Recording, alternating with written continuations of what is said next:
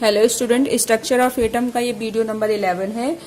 Last video में हम पढ़ रहे थे हाइड्रोजन स्पेक्ट्रम के बारे में। तो हाइड्रोजन स्पेक्ट्रम में हमने बताया था कि हाइड्रोजन स्पेक्ट्रम में श्रेणियों रेखाओं की स्पेक्ट्रल रेखाओं की 5 श्रेणियां पाई जाती हैं।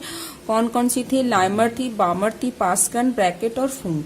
फिर हमने कहा था कि जो रेडबर्ग एक साइंटिस्ट थे रेडबर्ग, उन्होंने इन 5 श्रेणियों के वेवलेंथ ज्ञात करने के लिए, तरंग दैर्घ्य निकालने के लिए एक फॉर्मूला दिया था जिसे हम बोलते हैं रेडबर्ग फॉर्मूला। इसे क्या कहते हैं? उन्हीं के नाम पर पड़ा हुआ है रेडबर्ग फॉर्मूला। तो रेडबर्ग फॉर्मूला का यूज या रेडबर्ग समीकरण का उपयोग, सूत्र का उपयोग कहाँ पर करते हैं? हाइड्रोजन स्पेक्ट्रम की स्पेक्ट्रल श्रेणियों, जो भी 5 श्रेणियां हैं स्पेक्ट्रल रेखाओं की, जो 5 श्रेणियां हैं उनकी तरंग दैर्घ्य को ज्ञात करने के लिए, उनका वेवलेंथ ज्ञात करने के लिए। तो फॉर्मूला क्या था? दैट इज 1 लैम्डा या ये इक्वल होता है wave number. Wave number is equal to 1 upon lambda. तो ये लैम्डा क्या है? दैट इज वेवलेंथ है, ये तरंग दैर्घ्य है। और जो बी बार है ये क्या है? आपका वेव नंबर, वेव संख्या। तो वेव नंबर बराबर 1 upon lambda is equal to R H. ये क्या है? रेडबर्ग कांस्टेंट, ब्रैकेट में 1 upon n1 square minus 1 upon n1 square minus 1 upon n2 square, n1 square and n2 square, 1 upon n1 square minus 1 upon n2 square. Clear? ये formula दिया Rydberg ने। देखिए इसमें कौन सी चीजें क्या क्या इंडिकेट कर रही हैं। तो वेव नंबर, ये क्या है? That is wave number. ये वेव नंबर को बताता है, यानी कि वेव संख्या। और लैम्डा क्या है? दैट वेवलेंथ तरंग दैर्घ्य। आर एच ये है आपका रेडबर्ग कांस्टेंट, रेडबर्ग स्थिरांक। तो रेडबर्ग कांस्टेंट की वैल्यू भी होती है, कांस्टेंट हो तो उसकी वैल्यू जो होगी कांस्टेंट होगी, निश्चित होगी। तो क्या है? दैट इज 1096776 पर सेंटीमीटर। ये है रेडबर्ग कांस्टेंट की वैल्यू। क्लियर है? उसके बाद आप क्या रह गया? n1 और n2। तो n1 और n2 क्या है? n1 and n2 whole number है जो कि क्या बताता है? n1 और n2 जो है ऑर्बिटल की एनर्जी लेवल को बताता है। n1 क्या होगा? लोअर एनर्जी का ऑर्बिट को इंडिकेट करेगा, और n2 जो होगा वो हायर एनर्जी के ऑर्बिट को इंडिकेट करता है। अब हमें ये देखना, सभी तो वैल्यू आर एच की वैल्यू फिक्स रहेगी, वेवलेंथ दिया होगा या निकालना होगा। ठीक है, वेव नंबर भी या तो निकालना होगा या दिया होगा। और जो n1 और n2 की वैल्यू है, इसको देखना है कि n1 की प्रत्येक श्रेणी के लिए n1 की वैल्यू क्या होगी और n2 की वैल्यू क्या होगी। तो यहीं पर हम एक टेबल बना लेंगे कि सीरीज के लिए n1 की वैल्यू क्या होगी। तो सीरीज 5 श्रेणियां बताई थी हमने सीरीज, फिर उसके बाद n1 की वैल्यू और n2 की वैल्यू। प्रत्येक श्रेणी के लिए n1 की और n2 की वैल्यू क्या होगी। तो फर्स्ट हमारी सीरीज थी दैट इज लाइमन श्रेणी। लाइमन श्रेणी के लिए n1 की वैल्यू 1 होगी, क्योंकि जो लाइमन श्रेणी है वो प्रथम श्रेणी है। तो प्रथम श्रेणी है तो इसके लिए n1 की वैल्यू 1 होगी। तो n2 की वैल्यू 1 को छोड़ करके कुछ भी 2, 3, 4 ऐसे कुछ भी हो सकती है। क्लियर है? उसी तरीके से दूसरी श्रेणी है हमारी बामर श्रेणी। तो ये सेकेंड सीरीज है, तो इसके लिए n1 की वैल्यू 2 होगी। n1 की वैल्यू फिक्स होगी और n2 की वैल्यू जो है वो वेरी करेगी। मतलब n1 की वैल्यू जो होगी वो प्रत्येक श्रेणी के लिए निश्चित होगा। अगर प्रथम श्रेणी है तो 1 है, सेकेंड है तो 2 है, थर्ड श्रेणी के लिए आपका 3 होगा, फोर्थ के लिए 4 होगा, फिफ्थ के लिए 5 होगा n1 की वैल्यू। बट n2 की वैल्यू जो होगी वो श्रेणी की n1 की वैल्यू के अलावा कुछ भी हो सकता है, वेरी करता है। जैसे बामर श्रेणी है तो n1 की वैल्यू 2 होगी, तो n2 की वैल्यू 2 से 1 और 2 तो हो नहीं सकता, कहां से शुरू होगा? 3, 4, 5 ऐसे कुछ भी हो सकता है। इसी तरीके से जो आपकी थर्ड श्रेणी है दैट इज पास्कन पास्कल सीरीज के लिए N1 की वैल्यू आपकी 3 होगी और N2 की वैल्यू 1, 2, 3 को छोड़ करके 4, 5, 6 कुछ भी हो सकता है। इसी तरीके से फोर्थ आपकी श्रेणी है दैट इज ब्रैकेट। तो ब्रैकेट श्रेणी के लिए N1 की वैल्यू 4 होगी और N2 की वैल्यू 5, 6, 7। आई थिंक आपको समझ में आ गया होगा। फिफ्थ है हमारा फुंड श्रेणी और फुंड श्रेणी के लिए N1 की वैल्यू 5 होगी और N2 की वैल्यू 6, 7, 8 कुछ भी हो सकता है। तो ये हो गया N1 की वैल्यू कब क्या होगा, किस श्रेणी के लिए N1 की वैल्यू क्या होगी, N2 की वैल्यू क्या होगी। तो कुल मिला के ये है कि N1 की वैल्यू जो होगी फिक्स होगी, लेकिन N2 की वैल्यू वेरी करती है। इसकी वैल्यू जो है वो वेरिएबल है। N2 की वैल्यू वेरिएबल है, लेकिन N1 की वैल्यू जो होती है वो फिक्स होती है प्रत्येक श्रेणी के लिए। क्लियर। ये हो गया हमारा हाइड्रोजन स्पेक्ट्रम, परमाणु का हाइड्रोजन परमाणु का एटॉमिक स्पेक्ट्रम। अगला हम देखेंगे that is wave nature of electron. Electron में क्या वेव नेचर पाया जाता है या सिर्फ पार्टिकल नेचर ही पाया जाता है। तो डी ब्रॉगली नामक एक साइंटिस्ट थे, उन्होंने कहा कि इलेक्ट्रॉन कोई भी गतिशील सूक्ष्म कण है, कोई ऐसा माइक्रोस्कोपिक पार्टिकल जो कि लगातार गति करता है, जैसे इलेक्ट्रॉन, प्रोटॉन, गतिशील सूक्ष्म कण जो ऐसा कोई माइक्रोस्कोपिक पार्टिकल जो कि मूव कर रहा है, तो उसके अंदर जो है तरंग गुण पाया जाता है। तो नेक्स्ट टॉपिक है हमारा दैट इज वेव नेचर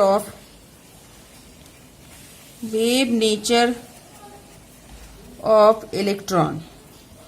तो अब तक हमने जो पढ़ा सब थ्योरेटिकल पोर्शन था, अभी भी थ्योरेटिकल पोर्शन चल रहा है। तो नेक्स्ट हमारा वेव नेचर ऑफ इलेक्ट्रॉन यानी कि इलेक्ट्रॉन का तरंग गुण। तो इलेक्ट्रॉन के तरंग गुण के लिए डी ब्रॉगली ने कहा, according to de Broglie scientist है, de Broglie says that moving microscopic particle मतलब अति सूक्ष्म कण,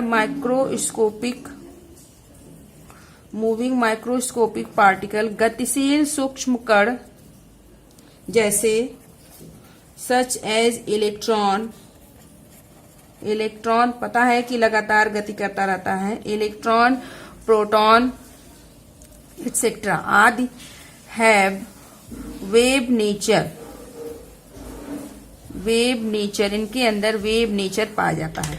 तो डी ब्रॉगली ने कहा कि गतिशील सूक्ष्म कण, गति करता हुआ कोई सूक्ष्म कण जैसे इलेक्ट्रॉन, प्रोटॉन या कोई उसके अंदर वेव नेचर पाया जाता है, ऐसा डी ब्रॉगली ने कहा।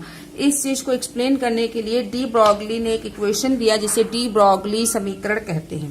तो उन्होंने कहा कि इफ अ माइक्रोस्कोपिक पार्टिकल या स्मॉल पार्टिकल, कोई सूक्ष्म कण जिसका मास हैविंग मास m है और वो मूव कर रहा है, वो गति कर रहा है, मूविंग विथ स्पीड या velocity v, then relationship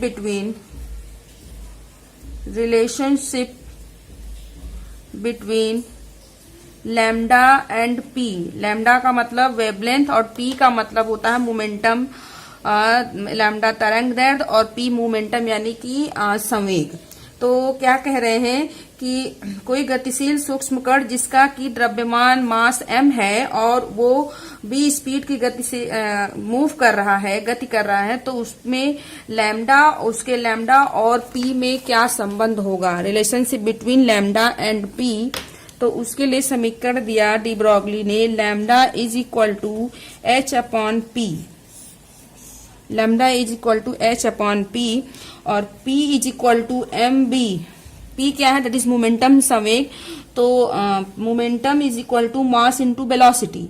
m क्या है, मास है, v आपका वेलोसिटी है। तो p की जगह पर हम ये वैल्यू रख देंगे तो फॉर्मूला मिल गया lambda equal to h upon mv। तो दोनों फॉर्मूले एंड दिस फॉर्मूला, इस फॉर्मूले को हम क्या कहते हैं, this formula is known as de Broglie equation. इसको हम डी ब्रॉगली समीकरण कहते हैं, डी ब्रॉगली इक्वेशन कहा जाता है। लैम्डा क्या है यहाँ पर, लैम्डा दैट इज वेवलेंथ, तरंग दैर्ध्य, और h क्या है, प्लैंक स्थिरांक। जहां पर भी स्मॉल h आएगा तो आप समझ लेंगे कि that is Planck constant, Planck constant, जिसकी वैल्यू हम बता रखे हैं आपको 6.626 into 10⁻34 joule per second. And p that is momentum, संवेग, and m mass, and v is the velocity, वेग। क्लियर है? तो ये हो गया डी ब्रॉगली इक्वेशन। मतलब इलेक्ट्रॉन की तरंग गुण को इलेक्ट्रॉन की तरंग गुण को एक्सप्लेन करने, वेव नेचर को एक्सप्लेन करने के लिए डी ब्रॉगली ने एक समीकरण दिया, lambda equal to h upon T. Clear है? इसे डी ब्रॉगली समीकरण कहते हैं। अब इलेक्ट्रॉन में पार्टिकल नेचर तो पाया जाता, मतलब इलेक्ट्रॉन जो है एक कण की तरह बिहेव करता ही है, इलेक्ट्रॉन एक कण की तरह बिहेव कर रहा है। इसके अलावा डी ब्रॉगली ने कहा कि इलेक्ट्रॉन वेव की तरह भी कार्य करता है। इसका मतलब इलेक्ट्रॉन में दोनों गुण पाए जाते हैं। दैट मीन्स कि electron have dual nature, electron तरंग की तरह भी कार्य करता, तरंग की तरह भी बिहेव करता है, वेव की तरह भी, और पार्टिकल की तरह, कण की तरह भी बिहेव करता है। इलेक्ट्रॉन एक प्रकार का पार्टिकल है। इसको कैथोड रे एक्सपेरिमेंट में ऑलरेडी एक्सप्लेन किया जा चुका है, क्योंकि जब कैथोड रे एक्सपेरिमेंट हुआ और इलेक्ट्रॉन की डिस्कवरी हुई तो वहां पर ये बताया गया कि इलेक्ट्रॉन जो है एक प्रकार का सूक्ष्म पार्टिकल है जिसके ऊपर ऋण आवेश उपस्थित होता है। दैट मीन्स कि कैथोड रे एक्सपेरिमेंट के द्वारा ये एक्सप्लेन किया गया कि इलेक्ट्रॉन के अंदर पार्टिकल नेचर पाया जाता है। और इसके अलावा इलेक्ट्रॉन के विवर्तन, डिफ्रैक्शन के द्वारा ये पता किया गया कि इलेक्ट्रॉन में वेव नेचर पाया जाता है। डी ब्रॉगली एक्सप्लेन कर रहे हैं कि इलेक्ट्रॉन वेव की तरह भी काम करता है। रदरफोर्ड और बोर का जो एटॉमिक मॉडल है वो भी इस बात को सिद्ध करता है कि इलेक्ट्रॉन पार्टिकल की तरह, इलेक्ट्रॉन में पार्टिकल नेचर उपस्थित है, पार्टिकल की तरह कार्य करता है। जबकि मॉडर्न एटॉमिक मॉडल जो भी हमको पढ़ना है, आधुनिक परमाणु मॉडल, भाई हमने 4 परमाणु मॉडल पढ़े हैं, थॉमसन का परमाणु मॉडल, रदरफोर्ड का परमाणु मॉडल और बोर का, 3 ऑलरेडी पढ़ चुके हैं। लेकिन एक चैप्टर में 4 एटॉमिक मॉडल है, एक और that is modern atomic model, जो भी हमें डिस्कस करना है। तो जो हमारा रदरफोर्ड का परमाणु मॉडल है, बोर का परमाणु मॉडल, ये दोनों ही मॉडल इस बात को इंडिकेट करते हैं कि electron behave like a particle. मतलब इलेक्ट्रॉन जो है वो पार्टिकल की तरह, उसके अंदर पार्टिकल नेचर पाया जाता है, वो कण की तरह कार्य करता है, कण की तरह बिहेव करता है। और जो मॉडर्न एटॉमिक मॉडल है, आधुनिक परमाणु मॉडल है, वो इस बात की तरफ इंडिकेट करता है कि इलेक्ट्रॉन के अंदर वेव नेचर पाया जाता है। मॉडर्न एटॉमिक मॉडल को श्रोडिंगर ने दिया था, जिसको हम आगे एक्सप्लेन करेंगे। क्लियर है? तो ये क्या सिद्ध करता है कि इलेक्ट्रॉन में दोनों नेचर पाए जाते हैं। Electron behave like particle as well as behave like wave. मतलब इलेक्ट्रॉन पार्टिकल की तरह भी और नेचर की तरह भी, पार्टिकल की तरह भी और वेव नेचर की तरह, दोनों की तरह। मतलब electron have dual character, dual nature, इसमें दोनों गुण पाए जाते हैं। बट कोई ऐसा सिंगल एक्सपेरिमेंट नहीं है, मतलब कोई भी एक ऐसा प्रयोग नहीं है जो इलेक्ट्रॉन की वेव नेचर और पार्टिकल नेचर दोनों को एक साथ एक्सप्लेन करता हो।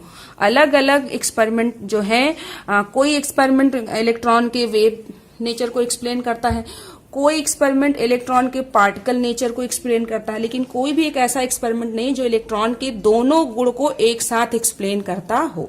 बट फाइनली ये डिसाइड हुआ कि इलेक्ट्रॉन में दोनों नेचर पाए जाते हैं। It behave like wave and also behave like particle. Clear? तो नेक्स्ट हमारा topic that is dual nature of electron. Dual का मतलब है जिस इलेक्ट्रॉन के दोनों गुण, इलेक्ट्रॉन का दैतीय गुण, डुअल नेचर ऑफ इलेक्ट्रॉन। तो इलेक्ट्रॉन में दोनों गुण पाए जाते हैं। इसको कई एक्सपेरिमेंट द्वारा एक्सप्लेन किया गया, जैसे first properties of cathode rays, cathode ray experiment के गुण के द्वारा, properties of cathode rays, cathode किरणों के गुणों के द्वारा ये एक्सप्लेन किया गया। Explain about particle nature, explain about particle nature of electron, particle nature of electron and diffraction diffraction of electron यानी कि इलेक्ट्रॉन के विवर्तन द्वारा, डिफ्रैक्शन ऑफ इलेक्ट्रॉन एक्सप्लेन करता है, explain about wave nature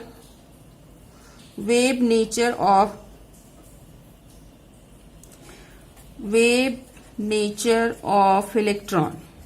clear? Wave nature of electron.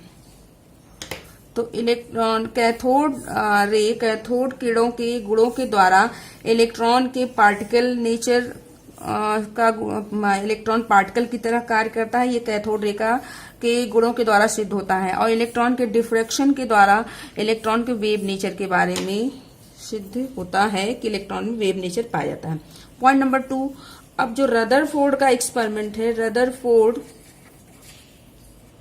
And bore atomic model, Rutherford का भी और बोर एटॉमिक मॉडल, रदरफोर्ड का एटॉमिक मॉडल और बोर का atomic model indicates about particle nature. ये electron के पार्टिकल नेचर के बारे में एक्सप्लेन करते हैं। About particle nature of electron. Clear? तो रदरफोर्ड का परमाणु मॉडल और बोर का परमाणु मॉडल ये बताता है कि इलेक्ट्रॉन में पार्टिकल गुण पाया जाता है।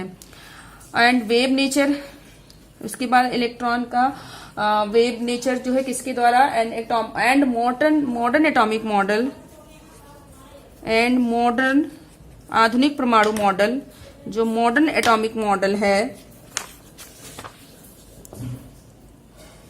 Modern atomic model explain about wave nature of electron, wave nature of electron. ये इलेक्ट्रॉन के वेव नेचर, मॉडर्न आधुनिक परमाणु मॉडल जो है ये इलेक्ट्रॉन के वेव नेचर के बारे में एक्सप्लेन करता है। लेकिन ये सारे एक्सपेरिमेंट जो हैं, कोई भी एक experiment, all these experiment, next point number 3, all these experiment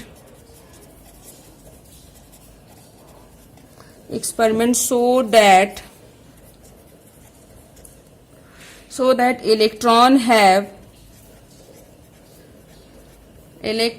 have dual nature.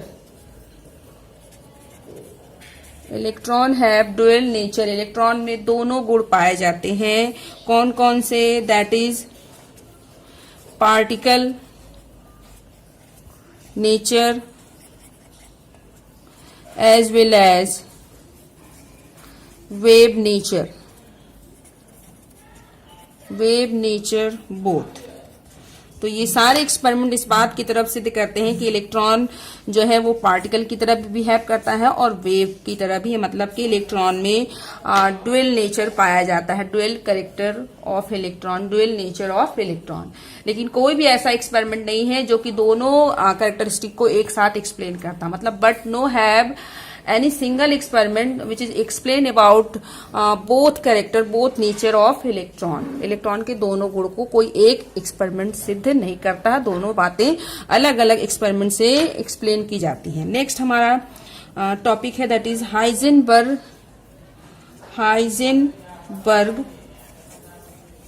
Uncertainty principle. Heisenberg uncertainty principal, Heisenberg का अनिश्चितता का सिद्धांत, हाइजेनबर्ग का अनिश्चितता का सिद्धांत। तो एक ये सिंपल सा प्रिंसिपल है जिसको आपको क्लियर होना चाहिए कि हाइजेनबर्ग का जो अनसर्टेनिटी प्रिंसिपल है क्या कहता है, उसमें क्या फॉर्मूला आपको मिलता है। छोटा सा एक प्रिंसिपल है, 2-3 लाइन का, इसको आपको याद रखना है। तो what is Heisenberg uncertainty principal या हाइजेनबर्ग अनिश्चितता सिद्धांत क्या कहता है? तो हाइजेनबर्ग अनिश्चितता सिद्धांत के अनुसार ये क्या कह रहा है कि it is impossible to measure simultaneously, it is impossible to measure simultaneously both the position both the position and velocity, both the position velocity या momentum संवेग momentum of a microscopic particle with certainty or absolute accuracy,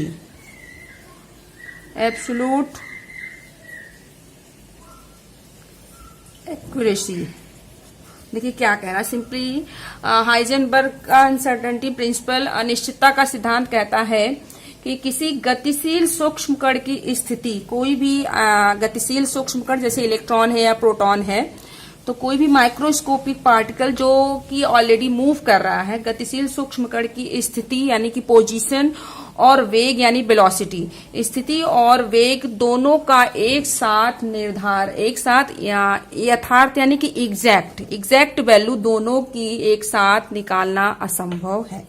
तो ये क्या कह रहा है कि Heisenberg का अनसर्टेनिटी प्रिंसिपल ये कहता है कि ये असंभव है कि किसी भी गतिशील सूक्ष्म कण की पोजीशन और वेलोसिटी, स्थिति और वेग दोनों वैल्यू यानी किसी भी सूक्ष्म कण की जो है स्थिति और वेग दोनों वैल्यू को एक साथ निकाला जाए और दोनों ही वैल्यू निश्चित हो, ये असंभव है। दोनों वैल्यू को एक साथ जो है वो एक साथ दोनों वैल्यू का एग्जैक्ट कैलकुलेशन नहीं किया जा सकता है। किसी भी गतिशील सूक्ष्म कण की पोजीशन मतलब स्थिति और वेलोसिटी यानी वेग दोनों वैल्यू अगर निकाली जाए और दोनों वैल्यू का मान जो है एक साथ एग्जैक्ट नहीं निकल सकता है। यदि स्थिति सर्टेन होगी तो वेलोसिटी अनसर्टेन होगी, यानी कि यदि आपकी पोजीशन जो है वो एग्जैक्ट होगी तो वेलोसिटी जो है एग्जैक्ट नहीं होगी। यदि वेलोसिटी एग्जैक्ट होगी तो पोजीशन एग्जैक्ट नहीं होगा। मतलब किसी भी गतिशील सूक्ष्म कण की पोजीशन और वेलोसिटी दोनों की वैल्यू एक साथ सर्टेन नहीं हो सकती। एक की वैल्यू सर्टेन होगी तो दूसरे की अनसर्टेन होगी। क्लियर? ये चीज कह रहे हैं according to Heisenberg uncertainty principle. तो हाइजेनबर्ग ने अपने सिद्धांत में क्या कहा, दिमाग में इतना रखना है कि हाइजेनबर्ग के प्रिंसिपल के या हाइजेनबर्ग के सिद्धांत के अनुसार किसी भी गतिशील सूक्ष्म कण की स्थिति और वेग दोनों का मान एक साथ यथार्थ रूप से निर्धारण करना असंभव है। दोनों की वैल्यू एक साथ एग्जैक्ट निकालना असंभव है। एक सर्टेन होगा तो दूसरा अनसर्टेन होगा। तो इसके लिए हाइजेनबर्ग ने एक फॉर्मूला दिया जिसको हम नेक्स्ट वीडियो में डिस्कस करेंगे।